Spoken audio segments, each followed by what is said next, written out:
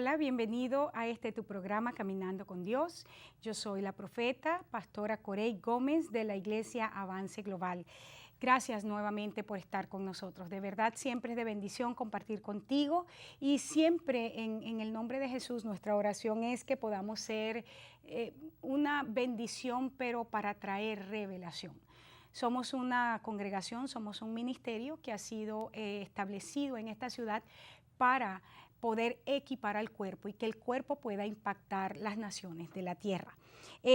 A lo largo de nuestra programación, ahí está en pantalla nuestro número de teléfono y queremos pedirte si tienes alguna necesidad, quieres compartir algo con nosotros, puedes llamar, queremos compartir contigo. Hay gente de oración que está dispuesta a orar por ti para ver que Dios traiga a tu vida una bendición en lo que respecta a una respuesta de parte de Él que sea contundente en tu vida. También tienes la dirección de nuestra congregación, puedes visitarnos cuando bien te parezca y vamos a estar felices de tenerte con nosotros. Nuevamente te digo, somos una congregación, un ministerio colocado en esta ciudad para equipar al cuerpo, de tal manera que el cuerpo pueda impactar las naciones de la tierra. Bien, he estado tratando un tema bastante interesante y tiene que ver con las fiestas de Israel. Y apenas empecé, en el programa anterior, empecé los panes sin levadura, la fiesta de panes sin levadura. Y quedaba en un punto que era bien, yo digo que es un punto personalmente creo de muchísima bendición a nuestras vidas. Y es el hecho de que el día que inicia panes sin levadura, en lo natural se marca el 15 de Nisan, que era el primer mes que se estaba apartando para en Israel, pues ellos tienen 2 inicios de año. Le dice, ese primer inicio, en ese día, en el 15, entonces Dios despojó a los egipcios de lo que le pertenecía a Israel. ¿Y por qué lo digo de esta manera? Porque Israel había trabajado como esclavo para Egipto y nunca había recibido nada. Y dice la palabra que el Señor les dio instrucción de que ese día pidieran oro, plata y que el Señor les daría gracia. Y así fue. Y dice que de esa manera Dios despojó a Egipto. Y es una figura profética de lo que Dios hace en nuestra vida. Cuando nosotros por la sangre del Cordero somos traspasados o trasladados del reino de la muerte a la vida de Dios, a la vida abundante en el Señor. E iniciamos este caminar en el Señor de panes sin levadura, es decir, el proceso de santificación en nuestra vida. Dios despoja al enemigo y todo aquello que nos robó a lo largo de los años, nos robó relaciones, nos robó, hermanos, a muchos nos robó vida, nos robó familia. ¿Qué tantas cosas robó el enemigo? Paz, gozo. Dice la Biblia que entonces lo despoja y nos los entrega a nosotros. Ahora, una de las cosas importantes, porque dentro de lo que es la enseñanza, siempre me gusta usar esta frase burda, tonta que se ha estado enseñando por los últimos 40, 50 años en la iglesia con respecto a lo que es la prosperidad.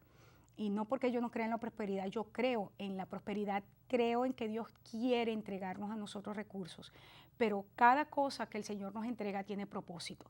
Y nosotros encontramos en la Biblia que esto que Dios le da a Israel cuando sale de Egipto y despoja a Egipto del oro y despoja a Egipto de la plata, es las cosas que Dios utilizó posteriormente para levantar el tabernáculo. ¿Qué quiere decir esto?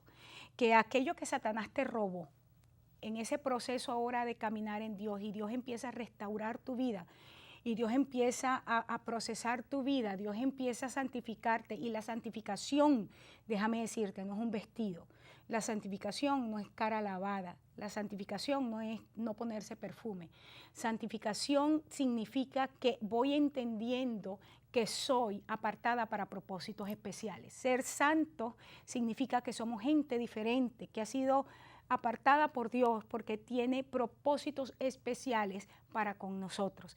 Y eso era lo que le decía a Israel, tú vas a ser para mí un pueblo especial, eres un pueblo escogido, eres un pueblo santo, es decir, apartado de las otras naciones de la tierra. Y cuando le dice a la iglesia que es una nación santa también, entonces nos está diciendo que nosotros como organismo, no como organización, porque la iglesia de Cristo no es una organización, es un organismo vivo y como organismo que está santo, apartado por Dios, tenemos propósitos especiales para el tiempo que nos corresponde vivir. Ahora bien, cuando Dios viene y despoja al enemigo y nos entrega lo que el enemigo nos ha robado, no es para nosotros ahora, ay, qué rico, mira todo lo que tengo, sino para la edificación del cuerpo de Cristo, para la edificación de la morada de Dios. Y la primera morada de Dios, por supuesto, es mi vida.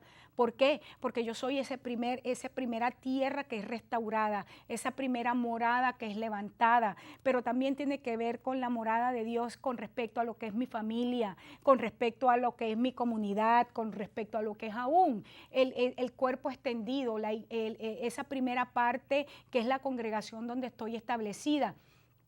Porque la congregación donde estoy es parte de la iglesia de Cristo. La iglesia de Cristo está esparcida por todas las naciones de la tierra. Y en este momento, hermanos, como nunca antes, el Señor está edificando su iglesia como morada santa, como un lugar de habitación, porque nuestro Dios siempre ha anhelado caminar con su pueblo. Lo vemos desde el Génesis, dice que Él caminaba todos los días con Adán y Eva en la frescura de la tarde, mientras el rocío estaba siendo derramado. Y wow, o mejor dicho, mientras el rocío subía, porque en ese tiempo se regaba la tierra de abajo hacia arriba. Y dice que en esa frescura ellos caminaban y compartían, tenían comunión. Y el corazón de Dios no ha cambiado. El corazón de Dios para su iglesia sigue siendo la misma. El corazón de Dios para ti y para mí sigue siendo la misma. Él quiere caminar con nosotros, Él quiere conocernos y quiere que le conozcamos a Él. Ahora bien, ninguno, y esto es bien importante aquí porque dice que los panes sin levadura como fiesta, fíjate en Éxodo 23:15, y me gustaría si tienes por favor allí una Biblia cerca que la busques, porque quiero que leas conmigo este verso, porque es un verso yo diría que bastante fuerte y va a cambiar tu perspectiva de lo que es la ofrenda. Dice de esta manera, dice Éxodo 23:15, la fiesta de los panes sin levadura guardarás. 7 días comerás los panes sin levadura como yo te mandé. Ya esto lo estuvimos viendo en el programa anterior.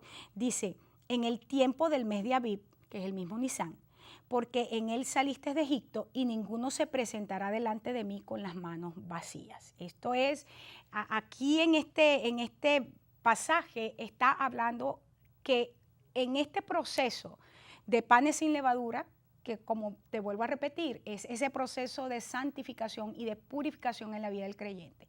No podemos venir delante del Señor con las manos vacías. Ahora, yo quiero que entiendas algo, porque en todas las fiestas estaba bien especificada cuál era la ofrenda para el Señor. Encontramos que, por ejemplo, para Pascua ellos tenían que traer de las primeras espigas que se recogían de la cebada. Después, en primeros frutos, tenían que traer de las espigas doradas, en este caso de lo que era el trigo. En el tiempo de tabernáculos, ellos tenían que traer palmeras o árbol frondoso. O sea, el Señor era bien específico, o fue bien específico para cada una de las fiestas. Sin embargo, encontramos aquí que en panes sin levadura le dice, tú tienes que venir delante de mí con algo, no vas a venir con las manos vacías, pero no especifica qué ofrenda iba a traer. Ahora bien, ¿cómo nosotros sabemos que vamos a traer?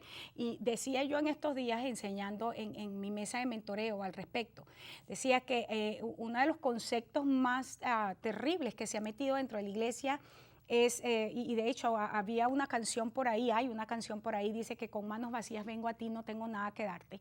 Encontramos entonces que esta canción no es bíblica porque no tiene un fundamento y nosotros no podemos presentarnos delante del Rey, delante de nuestro Dios con las manos vacías nunca, ni siquiera en lo natural. Tú no puedes ir delante de la realeza con las manos vacías, siempre hay que ir con presente. Veámoslo, mira, si lo ves a lo largo de la Biblia, pero me gusta, por ejemplo, en el caso de cuando Jesús nace, dice que ellos fueron buscando los sabios del oriente, aquellos hombres que reciben la revelación por la estrella, llegan al lugar del nacimiento y dice que ellos llevaban en lo que eran sus regalos, los presentes para ofrecerle al rey, porque un rey había nacido, oro, incienso y mirra. venir delante del Señor con las manos vacías, de acuerdo a este pasaje y de acuerdo a lo que es todo el contexto en el cual la Biblia está escrito, no es algo que se permite. Ahora, ¿qué es lo que espera de nosotros el Señor en este proceso de santificación y de purificación? Vamos a verlo, porque la palabra aquí, manos vacías, es una palabra bien fuerte y es la palabra reikam, que significa no puedes presentarte delante de mí como un ocioso. La palabra reikam significa ocioso. La palabra reikam significa de una manera inefectiva, es decir, que lo que has hecho no ha sido efectivo, no ha cumplido el propósito. Y también significa vano. Lo que es vano es porque es vacío de propósito, es vacío de significado. Y eso es la palabra, esta palabra reikam. El Señor está diciendo, durante este proceso de panes sin levadura, tú no puedes venir delante de mí con las manos vacías. No puedes ser un ocioso, no puedes ser un haragán. Tú no puedes ser alguien que deja para mañana lo que tiene que hacer hoy. No puedes venir delante de mí con la excusa de que no tuve el tiempo de prepararme. Y aquí es donde se cae toda esta cuestión de que nosotros tenemos a veces que decimos, y lo enseñaba yo en estos días, bueno, como es para Dios, entonces, hermano, usted sabe que Dios me acepta tal como soy. No, tú delante del Señor no te vas a presentar ni como mediocre, ni puedes presentarte delante del Rey con las vestiduras viles, porque el Señor se encarga, el Señor te acepta, el Señor, vamos a decir, te ama tal cual tú eres, pero te transforma. Y la invitación, vámonos al Nuevo Testamento, por ejemplo, con respecto a la vestidura, y la vestidura tiene que ver con la dignidad. Encontramos que el Señor invitó a muchos a la boda, no vinieron, dijo, bueno, vaya, inviten a todos, pero habiendo invitado a los cojos, a los mendigos, a los que estaban en la calle, después vino y dijo, ¿por qué están ustedes vestidos de esta manera? O sea, no están vestidos de manera digna para estar en las bodas del Rey. Es muy importante que nosotros entendamos que mi forma de vestir, que no es lo externo, sino internamente, que habla de mi dignidad en Cristo, habla de quién soy yo, habla del propósito para el cual fui llamado, tiene que ser manifestado entonces a través de una ofrenda. Eso es reikam. Ahora fíjate, una de las cosas que cuando hablamos de vacío como vano, como estar vacío de significado y de propósito, es importante que nosotros entendamos entonces que en Cristo, porque Cristo es la gracia. La gracia no es una doctrina, la gracia no es un rayo que bajó del cielo y ¡pum! Hizo algo, sino que la gracia es Cristo, la gracia es una persona. Cuando Cristo, que es el regalo del Padre para la humanidad, viene a nuestras vidas, en Cristo o con Cristo vienen todas las cosas. Por eso es que dice que cómo es que el Padre no nos va a dar si no los ha dado a Él, y en Él nos ha dado todas las cosas. Entonces, cuando nosotros pretendemos venir con las manos vacías, lo que estamos haciendo es desechar la gracia, es no tomar en cuenta la gracia. Ahora, fíjate esto, seguimos viendo aquí, porque esto ahora es que se pone interesante. Te vuelvo a decir, según el pasaje que leímos, no había una medida fija. Deuteronomio 16, 17 nos da más claridad con respecto a lo que es venir durante el tiempo de panes sin levadura con una ofrenda. Dice, cada uno con la ofrenda de su mano, fíjate cómo es, conforme a la bendición que Jehová tu Dios te hubiere dado. La ofrenda que Dios espera de nosotros durante el tiempo de pan sin levadura no es lo que me sobra, no es lo que yo creo la iglesia necesita, sino que tiene una medida, y esa medida es la medida de la bendición que Dios te ha entregado. Ahora, esa medida de bendición no es solamente monetaria. Dios te ha bendecido con dones, Dios te ha bendecido con talentos, Dios te ha bendecido con ministerio, Dios te ha bendecido con tiempo, Dios te ha bendecido con relaciones, Dios te ha entregado habilidades, Dios te ha entregado una cantidad de cosas, y en base a todo lo que el Señor te ha dado, es tu ofrenda. Yo quiero que lo veamos un poquito más en el Nuevo Testamento, para que vayas entendiendo de manera más profunda. Porque lo que está diciendo aquí Deuteronomio es que lo que Dios demanda de nosotros es directamente proporcional a su bendición. Mateo 25, 26 dice de esta manera, perdón. Respondiendo su señor le dijo, siervo malo y negligente. ¿Sabías que ciego donde no sembré y que recojo donde no esparcí? Por lo tanto, debías haber dado mi dinero a los banqueros y al venir yo hubiera recibido lo que es mío con los intereses. ¿Te acuerdas esta parábola? Esta es la parábola de aquel hombre que se fue lejos y le dijo, voy a regresar, pero a cada uno de su gente le entregó talentos, le entregó, vamos a verlo de esta manera, le entregó una cantidad de dinero. Velo como recursos. Esos recursos se vuelven a traducir dinero, tiempo, fuerza, salud, familia, trabajo, relaciones, todo eso. Y le dijo, cuando yo venga, vamos a hacer cuentas. Este último hombre dice que todos ellos pusieron a producir ese dinero. Pero ¿qué hizo este hombre? Él dijo, mi amo, mi señor, es un hombre sumamente estricto. Y mejor yo, para no perder lo que él me dio, yo lo voy a guardar, yo lo voy a enterrar. ¿Y qué fue lo que el Señor le dijo? Siervo malo, quiero que lo veas. Siervo malo y negligente, 25-26. ¿Qué es la palabra negligente? Es que no fue diligente, es que no hizo lo que tenía que hacer. Pero además de decirle negligente, le dice malo. Bueno, ¿no era siervo del Señor? ¿Y por qué recibió un adjetivo tan fuerte? Era malo y negligente porque sabiendo cómo era su Señor, le dice, lo mínimo que pudiste haber hecho fue haber entregado el dinero a los banqueros para que produjera intereses. Y entonces cuando yo viniera, recibir no solamente lo que te di, sino los intereses que debía producir ese dinero. ¿Qué nos está diciendo el Señor? Volvamos al pasaje de panes sin levadura. Dice, durante el tiempo de panes sin levadura no te vas a presentar a mí con manos vacías. Es decir, no vas a venir ni negligente, ni ocioso, ni carente de significado. Y aquí está diciendo que el Señor nos ha entregado cosas. Deuteronomio lo dice, la ofrenda tiene que ser en la misma medida de la bendición que Dios te ha dado. Y Mateo 13:23 dice, fíjate, el que fue sembrado en buena tierra, ¿de qué está hablando? Está hablando de una semilla, está hablando de los recursos, está hablando de lo que Dios sembró en tu vida. Aquí, por supuesto, semilla tiene que ver con palabra, pero semilla, la palabra es ese don habilitador de Dios, es ese hey de Dios, es ese soplo de Dios que viene sobre nuestras vidas y nos convierte en lo que no éramos y hace de nosotros lo que era imposible que fuésemos.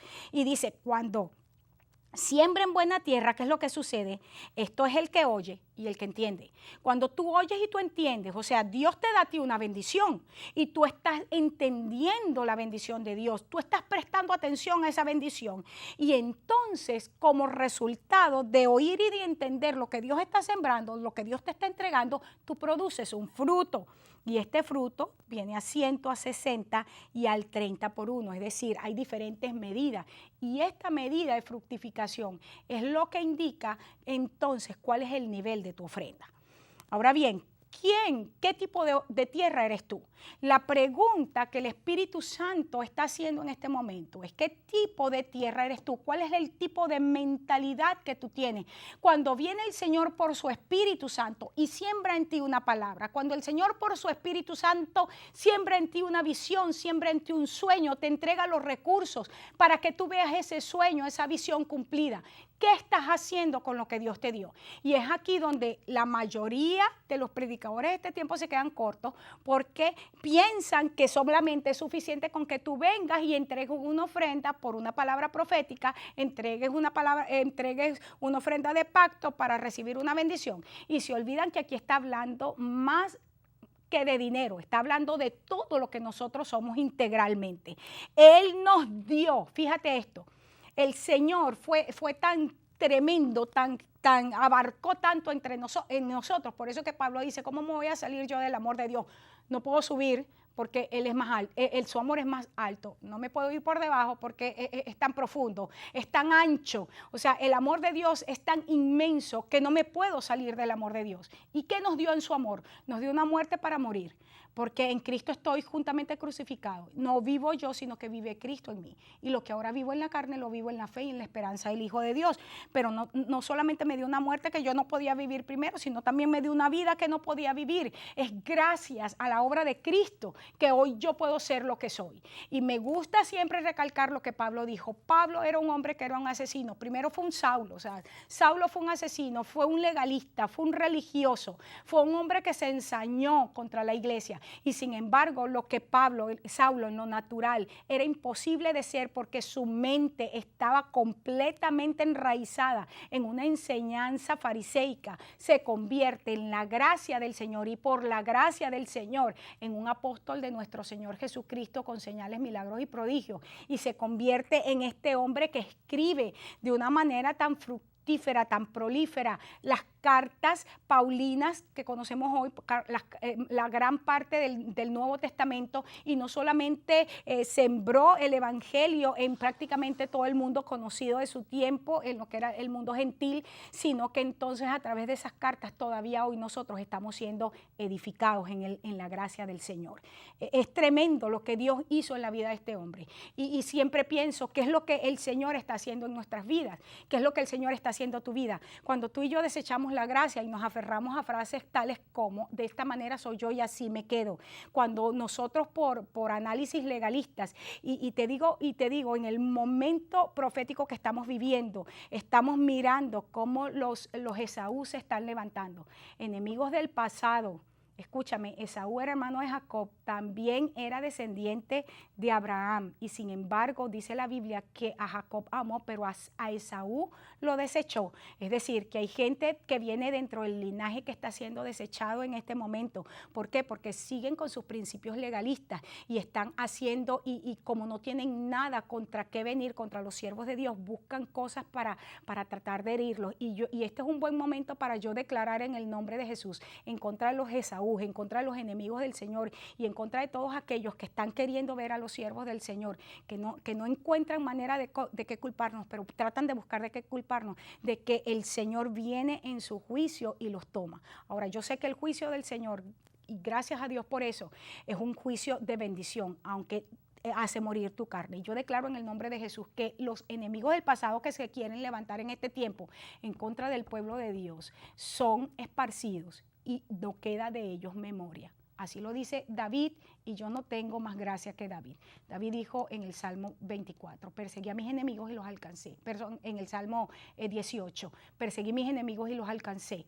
Y no di mi espalda hasta que todos ellos fueron destruidos, hasta que todos ellos quedaron como estrado de los pies del Señor. Y es importante en el nombre de Jesús que en este tiempo tú entiendas que los enemigos que se quieren levantar, no tengas misericordia y da los decretos en el nombre del Señor. Salmo 149 dice que nosotros ejecutamos los juicios que ya fueron decretados. Y esta declaración del juicio que ya fue decretado en contra de los enemigos de Dios son alabanza para los hijos de Dios. Son parte de la gloria que el Señor nos ha entregado en este tiempo. Así que me levanto en el decreto y en la declaración de que Saúl no tiene lugar más en nuestra vida, de que los enemigos de ayer, de los que vinieron para destruir, para robar, para dañar la iglesia, para dañar nuestro testimonio, son destruidos y caen por mano del Señor, y ninguno de ellos se levanta y de ellos no queda memoria, en el nombre de Jesús. Y dice 1 Corintios 15:10, esto es lo que te decía de Pablo, por la gracia de Dios soy lo que soy. Y dice que su gracia no ha sido en vano para conmigo. Y fíjate cómo se manifestó la gracia de Dios en Pablo, porque Pablo tuvo que enfrentar a un montón de gente que decía que Pablo no era verdadero apóstol porque no había caminado de primera mano, no había conocido de primera mano a Jesús.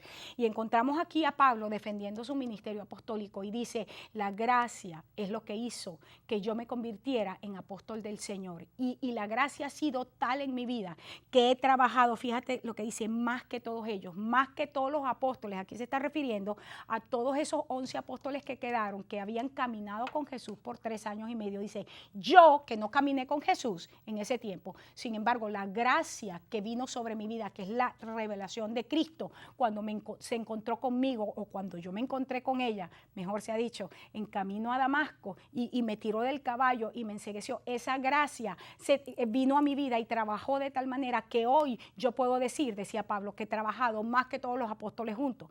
Esto es lo que está diciendo Pablo. Ahora, imagínate tú, por eso es que Pablo era, vuelvo a decir, tan controversial, porque las declaraciones que hacía era contundente, iba en contra del espíritu del legalismo y en contra del espíritu religioso. Y esa es la razón por la cual mucha gente no le gusta la palabra que sale cuando me levanto como profeta, porque dicen es que es arrogante, es que tiene esto, es que tiene aquel problema. La palabra de Dios siempre tiene que salir como espada y corta. Y dice que penetra y discierne y expone las intenciones más profundas del corazón. Mira, apenas estoy escarbando en este tema y está excelente. Termino el pasaje, dice ahí en Hebreos 12:28, porque el apóstol de Hebreos dice, recibiendo nosotros un reino inconmovible, tengamos entonces gratitud y mediante ella sirvamos a Dios, agradándole con temor y reverencia, porque Dios es fuego consumidor. La gracia del Señor viene a nuestras vidas, nos transforma, nos entrega lo que nos tiene que entregar, hace de nosotros lo que no podíamos ser, pero no nos olvidemos que es necesario que nos presentemos delante de Él como siervos aprobados, que no tenemos nada de qué avergonzarnos. Quiero invitarte a mi próximo programa. Voy a seguir con Panes sin Levadura, esta fiesta tan interesante. Ahí está nuestro número en pantalla, llámanos porque queremos bendecirte. Dios te bendiga, Dios te guarde. Gracias por estar conmigo el día de hoy.